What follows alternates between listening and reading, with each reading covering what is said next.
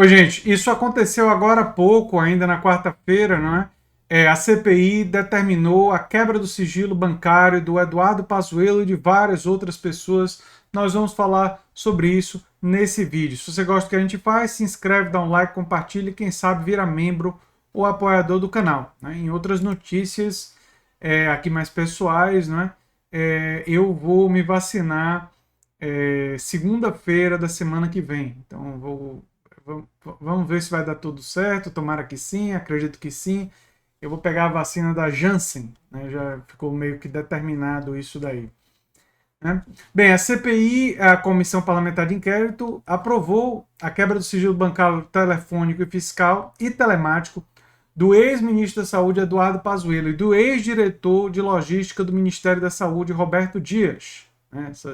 Roberto Dias é aquele que está com muitas suspeitas de ter envolvimento aí com o escândalo relativo a Covaxin, e ele também tem os dedinhos dele no escândalo envolvendo a propina da AstraZeneca, porque aparentemente foi um indicado dele que estava envolvido nessa situação aí extremamente escandalosa, polêmica, sobre a qual o Bolsonaro, por sinal, não falou nada, né?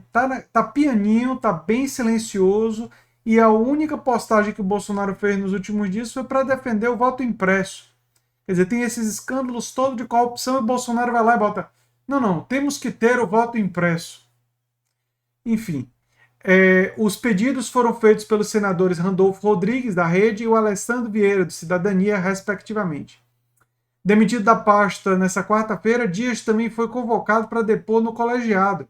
Ele teria sido responsável por negociar propina para a compra de vacinas contra a Covid, segundo a reportagem da Folha de São Paulo, lembrando que aquela compra da AstraZeneca que o Domingues trouxe os detalhes, deu uma quantidade absurda de dinheiro de propina, né?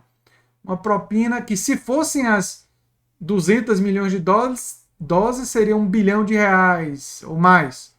E poderia ter, se fosse as 400 milhões de doses, até mais do que R$ 2 bilhões de propina, né? É uma senhora propina, mas enfim.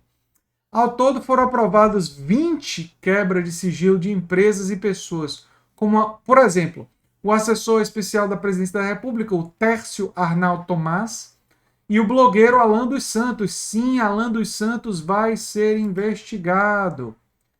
E isso é bom, né? Essas figuras que aparentemente receberam uma boa grana do governo Bolsonaro vão ser investigadas.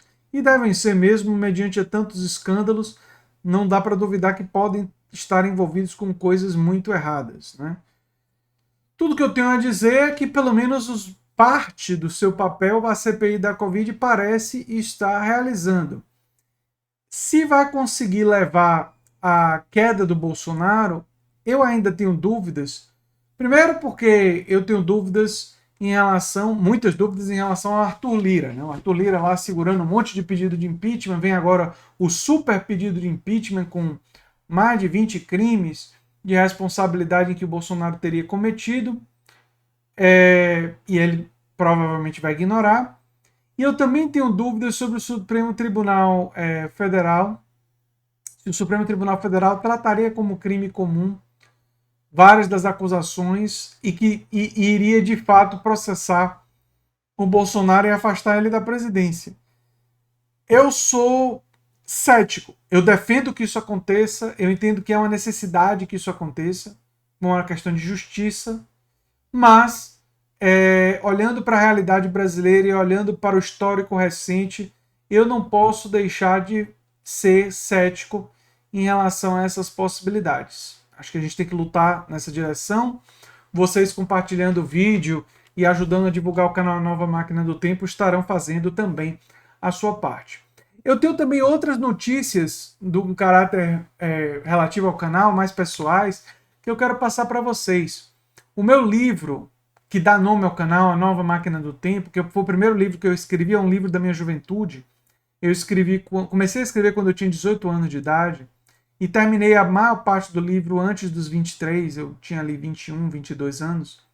Então é um livro que expressa aspirações e reflexões minhas do jovem André na faculdade de História, muito antes de ter feito mestrado, muito antes de ter feito doutorado.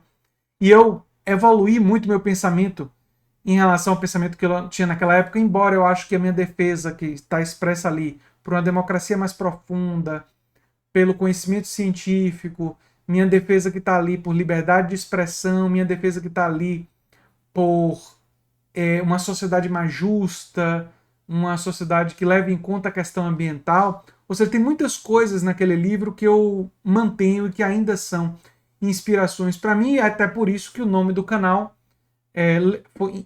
homenageou esse meu primeiro livro. Bem, esse primeiro livro foi aprovado, já está em fase final na editora Cotter, e vai ter seu lançamento aqui no Brasil e em Portugal. Inicialmente, né, se ele vai ter depois uma distribuição mais ampla, a gente ainda não sabe, mas vai ter seu lançamento físico, novamente um relançamento, né, uma nova edição. E eu tenho que elogiar muito o trabalho do pessoal da Cotter, que fez um trabalho do ponto de vista da diagramação belíssimo, uma coisa muito, muito bonita. E eu acho que o livro é muito atual porque ele faz uma defesa apaixonada do conhecimento científico, ele faz uma defesa apaixonada da ciência, faz uma defesa apaixonada da democracia. E nós temos um presidente que elogia a ditadura militar, nós temos um momento atual de muita gente que nega o conhecimento científico, né? Uma extrema-direita especialmente, que faz negacionismo, que promove tratamento precoce que não tem nenhuma evidência científica, que não é tratamento precoce, que é simplesmente uma falácia, e ataques à teoria da evolução, ataques ao conhecimento científico de uma forma geral, ataques à ideia de aquecimento global e a necessidade de nós nos afastarmos e nos conseguirmos uma independência energética para além dos combustíveis fósseis. Então nós estamos num momento histórico que esse livro ser relançado, embora ele expresse visões que eu já transformei hoje mais completas, mais amplas, né? Ou seja, eu aprendi muita coisa desde então, eu acho que ele tem uma importância por defender essas ideias, assim, defender essas ideias guia. Eu, hoje em dia, defendo democratização dos espaços de trabalho, defendo renda universal de cidadania, defendo uma série de ideias que não estão no livro. Eu, inclusive, acrescentei um parágrafozinho nessa nova edição em que um personagem, o professor Edson, diz que o Daniel vai defender essas ideias. Porque, aliás, esse livro pode ter uma continuação, e a continuação era justamente visando absorver ideias que eu teria desenvolvido e absorvido e depois daquele momento ali do início do meu curso de graduação, né? Então, em breve, o livro vai estar à venda, nessa nova edição que ficou belíssima, a capa, a contracapa, ficou muito bonita mesmo, o trabalho da Cotter é primoroso dessa editora, e eu vou estar fazendo divulgação aqui no canal em breve, combinando com comentários sobre as notícias políticas do dia. E hoje, por exemplo, nós temos essa boa notícia que a CPI autorizou a quebra do sigilo bancário, e nós vamos ver agora o que é que essa quebra de sigilo bancário vai revelar ou vai descobrir, se é que vai descobrir alguma coisa. Eu imagino que com relação àquele grupo que o Domingues se referia, é possível que se descubra muita coisa, mas nós temos que aguardar o caminho da investigação, e nós vamos estar muito atentos, analisando e comentando tudo isso aqui na Nova Máquina do Tempo, o canal que leva o nome do meu primeiro livro, que agora vai ter uma nova edição. Para quem não sabe, a primeira versão do livro foi lançada em 2007, no ano 2007. Aí em 2008 a Saraiva concordou comigo a gente fazer uma distribuição nacional do livro, e aí teve uma nova edição para 2008. Aí ficou parado, né? Anos depois, eu fiz uma versão digital do livro na Amazon, em formato e-book, da versão da Saraiva. E agora vai ter essa nova edição. E eu já escrevi o meu segundo livro, Canto Escuro, que vou ver se lanço esse ano ou no ano que vem. E estou escrevendo o meu terceiro livro. Esse livro de literatura. Tem outros livros e outros trabalhos que eu estou escrevendo do ponto de vista acadêmico, inclusive minha dissertação de mestrado, minha tese de doutorado e artigos científicos. Qualquer pessoa pode encontrar facilmente no Google, né, para ler, estão disponíveis. Mas a gente vai conversando também sobre outros trabalhos aí que eu estou desenvolvendo, gente. E vamos nessa toada. Setembro, provavelmente, tem o meu curso introdutório sobre a obra e o pensamento de Antônio Gramsci. Torço que vocês me ajudem também nessa empreitada de divulgar e de se inscrever e de colaborar para essa iniciativa importante. Eu que sou um professor e um acadêmico, mas que também gosto de fazer cobertura e análise política aqui no YouTube. Um abração e até o próximo vídeo. Tchau, tchau, gente.